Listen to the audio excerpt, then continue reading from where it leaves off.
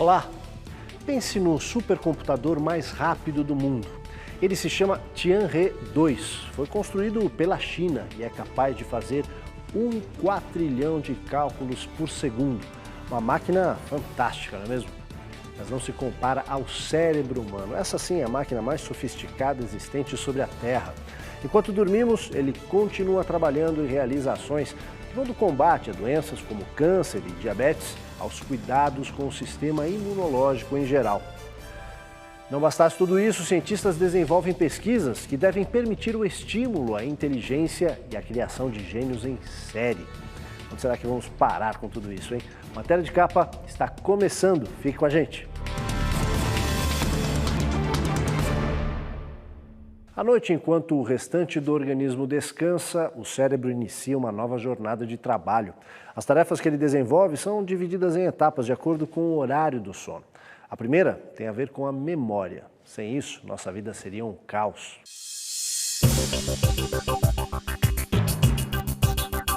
Logo que uma pessoa adormece, o cérebro começa a trabalhar sob o efeito de estímulos recebidos durante o dia. Nessa etapa, como se fosse um computador, transfere dados de um centro de memórias recentes para outro de longo prazo, liberando espaço para as novas informações que vão chegar no dia seguinte. Se uma pessoa não adormece de forma profunda e tranquila no primeiro estágio, a memória de curto prazo pode se perder. A tendência da maioria das pessoas é de pensar: vou dormir pouco durante a semana e depois compenso no sábado e domingo.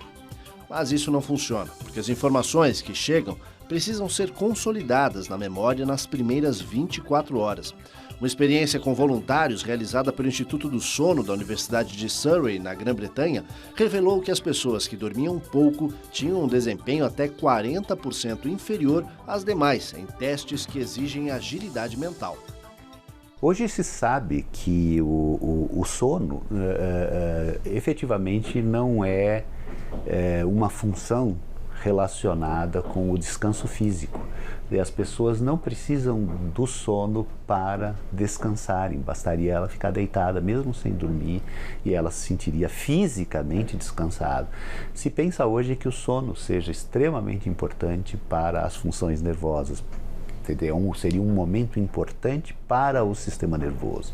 E existem evidências diretas e indiretas dessa importância. Por exemplo, se o indivíduo fica sem dormir algumas noites, isso tem reflexos imediatos, por exemplo, na sua capacidade de memorizar coisas, na sua capacidade de orientar a atenção no dia seguinte.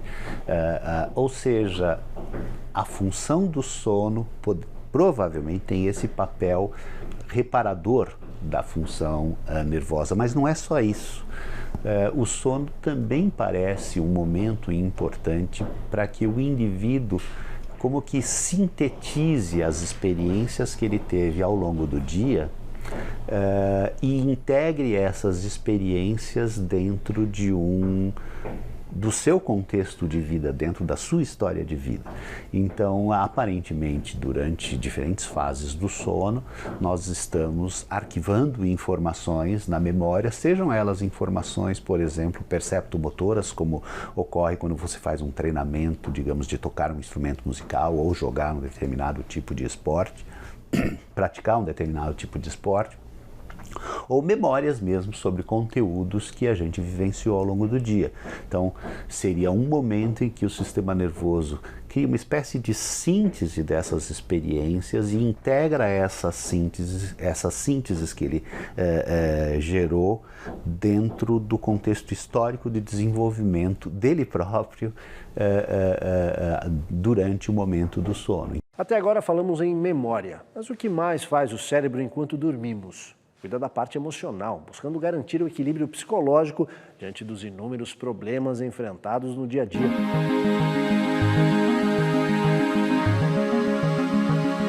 O sono mais profundo ocorre só nas primeiras horas. Em seguida, o cérebro entra em outra fase, chamada de REM, sigla em inglês para Rapid Eye Movement, ou movimento rápido dos olhos. Nessa etapa ocorre algo extraordinário. Comandos cerebrais tratam de garantir uma produção equilibrada de noradrenalina, componente químico relacionado com o estresse.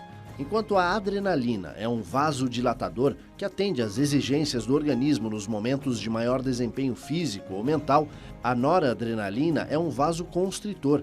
Ela ajuda a manter a pressão sanguínea em níveis normais e sua ação está altamente relacionada com o humor e ansiedade. Agindo como hormônios e neurotransmissores, as duas substâncias devem estar em perfeito equilíbrio.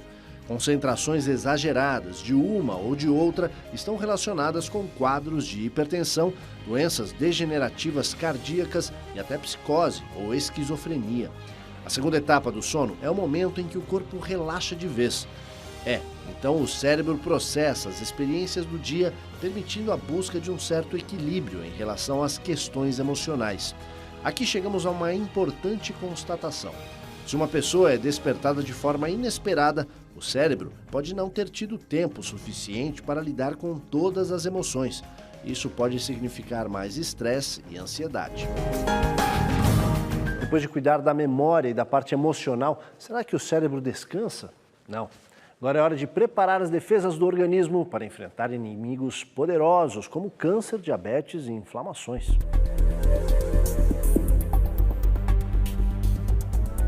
Os cientistas do Instituto de Pesquisas do Sono da Universidade de Surrey constataram que há uma estreita relação entre noites bem dormidas e a qualidade dos genes. Entre pessoas que dormiam pouco, houve uma diminuição considerável de genes responsáveis pela defesa do organismo contra inflamações e o sistema imunológico em geral. Também foi observado um aumento na atividade de genes associados ao diabetes e ao risco de câncer. O contrário aconteceu com aqueles que dormiram mais, que tiveram suas defesas preservadas ou ampliadas. Um dos dados mais surpreendentes da pesquisa foi o fato de que apenas 1 hora a mais de sono a cada noite já resulta numa importante diferença para os sistemas de defesa do organismo. E os cientistas concluíram que o ideal é que as pessoas durmam pelo menos 7 horas e meia por noite.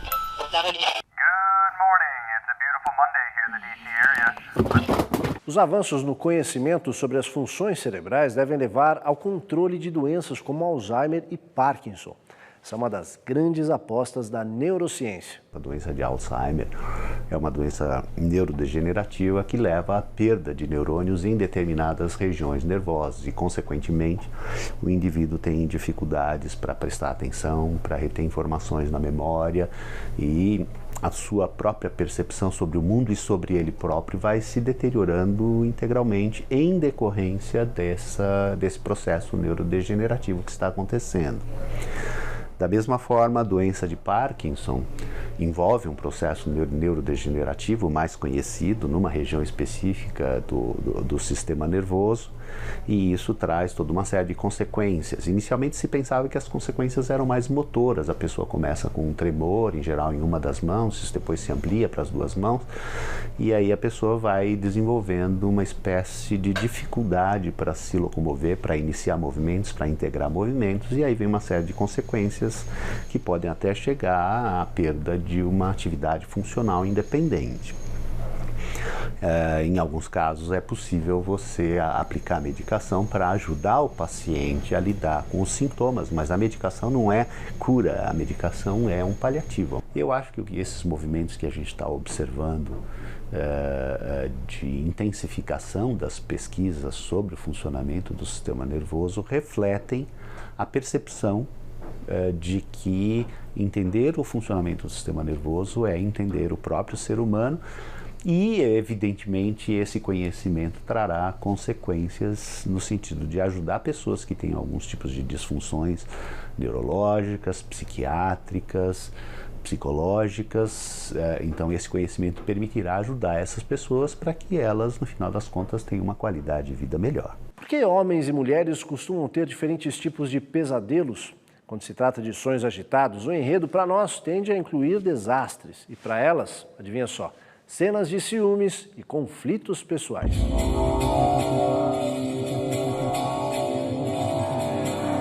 Um estudo da Universidade de Montreal analisou cerca de 10 mil relatos de sonhos, descritos por mais de 500 participantes. O resultado mostrou que assuntos relacionados a conflitos pessoais são 2 vezes mais frequentes para o sexo feminino. enquanto os sonhos desagradáveis envolvendo tragédias são mais comuns para os homens. As diferenças também estão nos sonhos que envolvem experiências sexuais. De um modo geral, a maioria das mulheres sonha com o parceiro atual, ou alguém que elas conhecem na vida real. Entre os homens, a tendência é de aparecerem personagens inventados e até pessoas que não existem.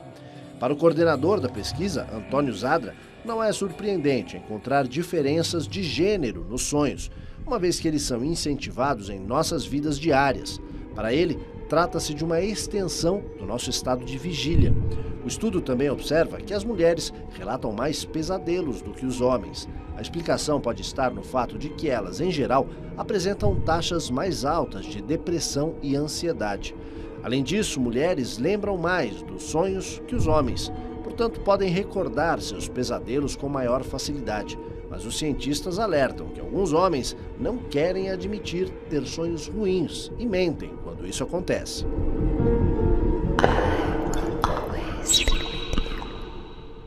Em instantes, você já pensou em como seria viver num mundo povoado de gênios, onde a inteligência humana pudesse ser estimulada artificialmente?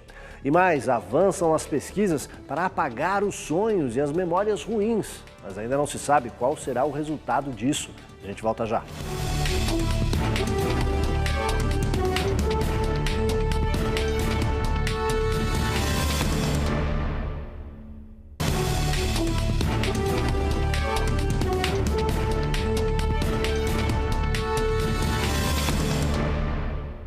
€1 bilhão.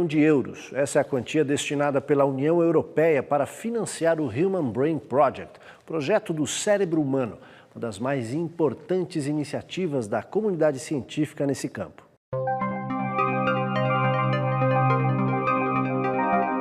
Se tudo caminhar como planejado, cientistas europeus esperam ter no início da próxima década um cérebro humano reproduzido em laboratório. Mais de 80 instituições em 20 países dividem as tarefas para solucionar esse desafio, considerado como um dos maiores e mais fascinantes da ciência. Neurocientistas, matemáticos e especialistas em computação trabalham no programa. A primeira tarefa dos cientistas será reproduzir em computação gráfica todas as áreas do cérebro e determinar com exatidão cada uma das funções. Mas o fato é que ainda existem áreas que os cientistas não sabem decifrar. Ainda que consigam reproduzir funções que mais se assemelham a computadores, como cálculos e armazenamento de dados, fica o desafio para a ciência. O mistério da consciência. Como ela se forma? Como funciona o mecanismo que leva o homem a ter uma noção de sua própria pessoa e dos que estão ao seu redor? Por que algumas pessoas nascidas num mesmo ambiente e tendo acesso aos mesmos valores se tornam adultos bem diferentes?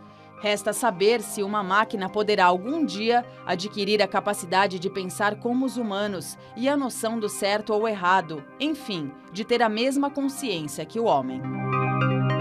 As pessoas se deram conta de que, para entender o ser humano em todas as suas formas de ser, de se manifestar, elas são nada mais do que o fruto do funcionamento dos seus sistemas nervosos. Sistemas nervosos esses que têm uma história. As pessoas são criadas dentro de um ambiente e, em função desse ambiente, elas vivem uma história, uma sequência de eventos. E o que ela é, ao final de tudo isso, é fruto do seu sistema nervoso colocado dentro dessa história. Então, na verdade, entender o funcionamento do sistema nervoso hoje é entender a própria essência do ser humano. Quer dizer, se nós conseguirmos entender como o sistema nervoso funciona, como é que ele se modifica em função da história, como é que ele reage a estímulos, considerando sempre essa história, nós teremos maiores condições de entender o que é o próprio ser humano, a sua natureza, a sua forma de ser, sua reação às coisas, às condições e tudo. Na antiga Mesopotâmia, há 5.000 anos, os sábios já se preocupavam com a origem e o sentido dos sonhos, uma área até hoje não dominada pela ciência. Mas os pesquisadores de hoje sabem onde querem chegar e o objetivo não deixa de ser um tanto preocupante, hein?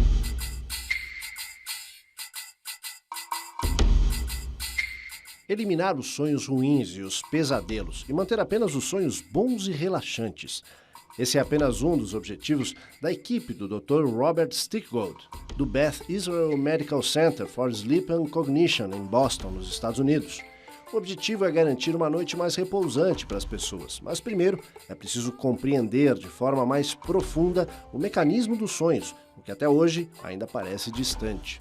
Enquanto alguns se preocupam em apagar os pesadelos, pesquisadores holandeses acreditam ter encontrado um meio de eliminar memórias indesejadas com a ajuda de eletrochoques. Esse método é usado como tratamento psiquiátrico há mais de meio século e costuma ser visto como antiquado e desumano.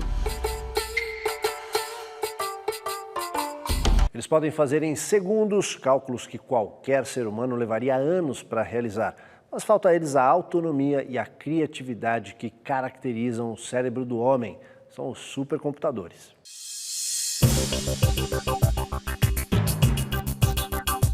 Vamos conhecer agora o ranking dos 5 supercomputadores do planeta. Ocupando o 5º lugar está o Maira, da IBM, utilizado em estudos de climatologia, química computacional, entre outros. No 4º lugar da lista está o OK Computer, do Instituto de Ciência Computacional de Riken, no Japão, que foi por quase um ano a máquina mais potente do mundo. Em 2012, perdeu a liderança.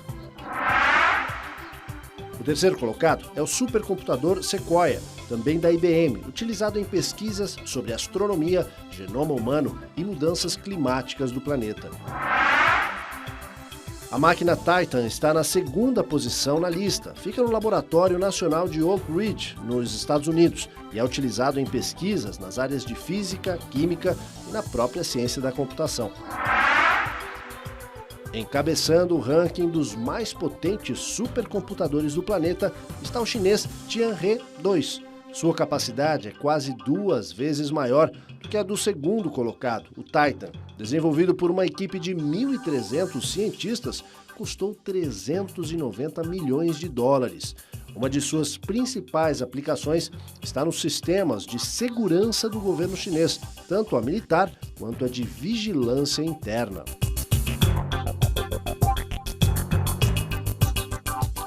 À primeira vista, a ideia de tornar o homem mais inteligente e criativo por meios artificiais pode parecer atraente, mas existe algo de assustador na tentativa de produzir super-homens, ainda que seja só com o poder da mente. Pesquisadores da área de neurociência da Universidade de Cambridge, na Inglaterra, desenvolvem estudo visando ampliar a capacidade de percepção e entendimento do cérebro. E não descartam a possibilidade de produzir drogas que tornariam o homem mais inteligente. Não se trata dos produtos existentes hoje, que apenas ampliam a capacidade de atenção. No futuro será possível comprar uma espécie de pílula da inteligência. Os pesquisadores sabem do risco existente na hipótese de se chegar a uma sociedade cheia de gênios em todos os setores, mas alertam que é preciso começar a discutir esse tema por se tratar de uma realidade possível, embora assustadora.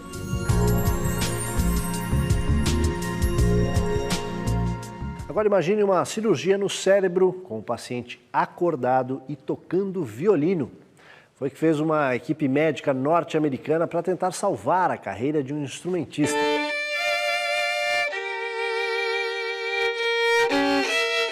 Roger Frisch, violinista da orquestra de Minneapolis, nos Estados Unidos, começou a apresentar tremores nas mãos, que o impossibilitavam de tocar as notas mais agudas. O chamado tremor essencial é causado por sinais desencontrados do cérebro para os músculos, o que causa movimentos involuntários.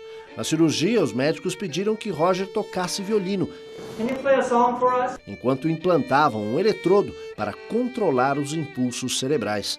A operação foi um sucesso e em 4 semanas, Frisch já estava se apresentando novamente.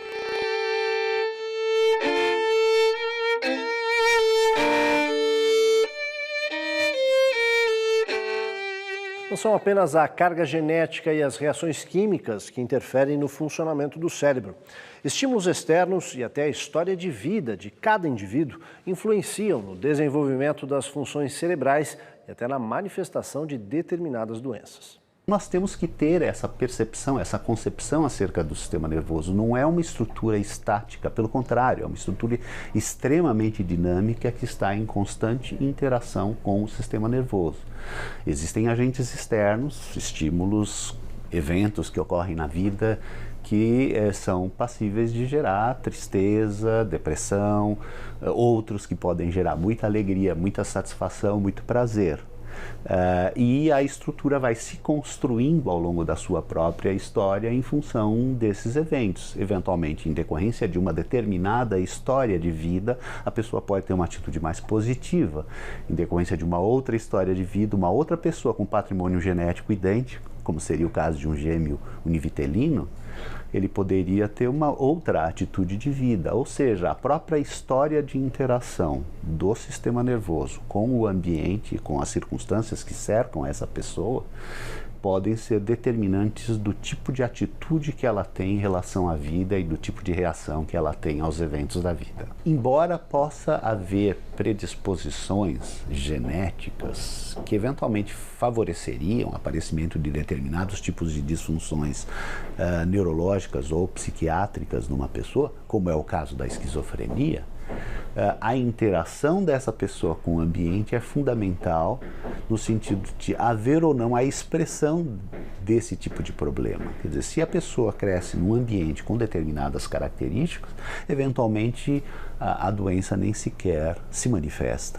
Então, a gente tem que ressaltar muito a importância dessa interação do sistema nervoso com o ambiente, porque se nós formos capazes de produzir ambientes afetivamente estáveis, afetivamente acolhedores, previsíveis num certo sentido, isso aumenta a chance das pessoas serem afetivamente estáveis, afetivamente mais autoconfiantes, com consequência de levar uma vida melhor. Daqui a pouco, o que é possível fazer para garantir a saúde do cérebro e mais? Cientistas explicam pela primeira vez, de forma detalhada, como funciona a química do amor. A gente volta já.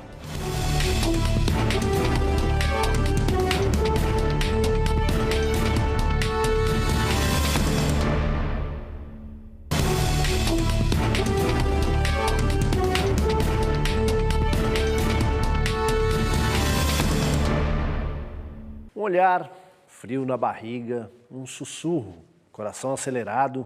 Cientistas explicam pela primeira vez, de forma bem detalhada, como funciona a química do amor e onde ficam os comandos do cérebro que controlam as reações. O estudo foi realizado por pesquisadores da Universidade de Syracuse, em Nova York. Para a ciência, não há dúvidas. Muito antes da entrada em ação das ilusões românticas, é a química e a física que funcionam. Para se apaixonar, é preciso que 4 áreas do cérebro sejam ativadas. 2 ficam no córtex, a parte mais desenvolvida. As outras 2 na área mais primitiva do cérebro, mais sujeita a dependências como fumo, bebidas e outras. Quando se trata da escolha do parceiro e da reprodução, o cérebro aciona 3 sistemas distintos. O desejo sexual, disparado pelo hormônio da testosterona, com a função de capturar o alvo. A atração romântica, que em geral está relacionada com o hormônio dopamina. E, finalmente, uma espécie de laço que mantém o casal junto e depende principalmente da oxitocina, o chamado hormônio do amor.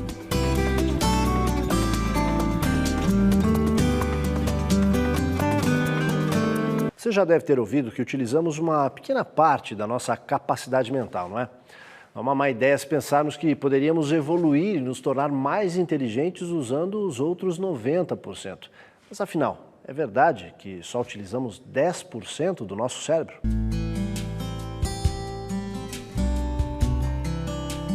Essa teoria não é verdade. Não existe uma única parte do cérebro que não seja usada. Através de uma técnica chamada imagem de ressonância magnética funcional, neurocientistas podem identificar as partes do cérebro que são ativadas ao pensar ou realizar algo. Uma simples ação como abrir e fechar a mão ou dizer poucas palavras requer atividade de muito mais que 1/10 parte do cérebro. Mesmo quando não há uma ação propriamente dita, o cérebro está trabalhando, controlando funções como respiração, batimentos cardíacos e outras. O que se pode afirmar é que muitas vezes não desafiamos nosso cérebro para obter resultados máximos. Claro que algumas partes trabalham mais que outras. Cada região tem funções muito específicas. Algumas só estão começando a ser compreendidas agora. Mas o fato é que o cérebro todo está sempre em atividade.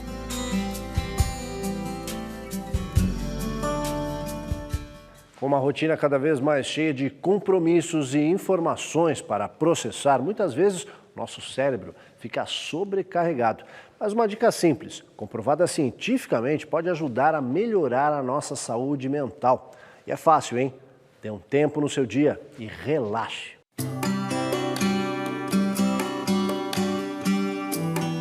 Família, trabalho, contas, compromissos sociais. Com tantas obrigações, é preciso encontrar um meio no dia a dia de esvaziar a mente e desintoxicar o cérebro. E a fórmula é simples, Take 5, ou em português, tire 5 minutos. Essa prática pode ter um enorme efeito sobre as toxinas que prejudicam o humor e a saúde do cérebro. E também permite o crescimento de algumas áreas da mente, como aquelas que controlam a capacidade de concentração, a atenção, a criatividade e a memória. Enquanto isso, áreas responsáveis por sentimentos negativos como estresse, raiva, frustração começam a diminuir. Pesquisas mostraram que reorganizar o cérebro pode reduzir dores físicas em até 40%. A chave está em encontrar um lugar para um breve repouso. É hora de afastar os pensamentos negativos e focar em imagens positivas. Está provado cientificamente. Respire devagar e relaxe. Com o tempo, você pode ampliar o exercício além dos 5 minutos, o que vai levar a maiores recompensas. Na medida em que você se habituar a essa pausa, o exercício ficará cada vez mais fácil. É possível praticar antes, durante e depois de situações de estresse. O resultado é um estado mental muito mais tranquilo. Outro desafio é ficar 5 horas sem utilizar aparelhos eletrônicos a cada dia. Isso se chama detox digital.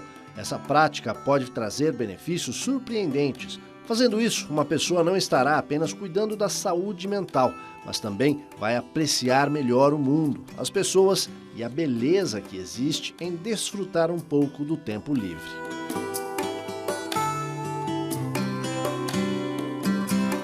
As tarefas que acabam roubando horas de sono, na maioria das vezes, estão relacionadas com as necessidades de trabalho ou estudo.